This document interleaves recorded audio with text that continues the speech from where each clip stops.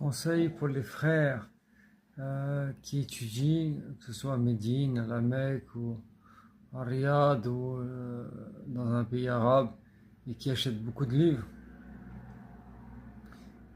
Dis-toi qu'il y a l'après-Jamia, l'après-université, et que tous ces livres-là, il leur faut une place forcément. Et souvent quand on revient, on a quitté notre patrie pendant 5 ans, 6 ans, on revient au point de départ, donc on n'est pas... on n'a pas de place pour ces livres-là. Donc prends les livres qui sont essentiels, prends un bon ou deux charh de Kitab Tawhid, deux charh de Arba'in Nawawiyya, un livre dans le Usul, des références, mais tout acheter ou acheter beaucoup de livres, après tu vas te retrouver en galère.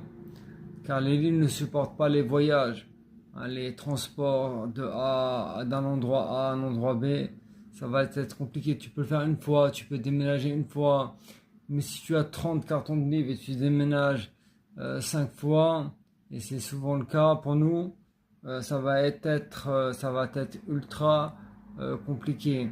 Et c'est cause d'embêtement. Donc je te dis ça parce que peut-être que tu n'y as pas pensé, dans l'euphorie et la joie d'être à Médine, tu achètes, mais après peut-être que finalement ça sera une galère. Donc achète, mais achète bien.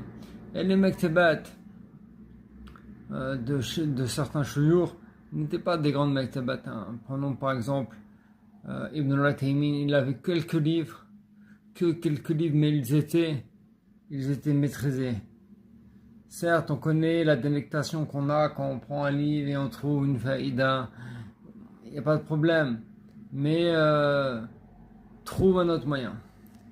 Hafizakallah. Voilà. J'ai fait mon conseil. Et je pense que ce conseil-là, j'aurais bien aimé qu'on me le donne. Non.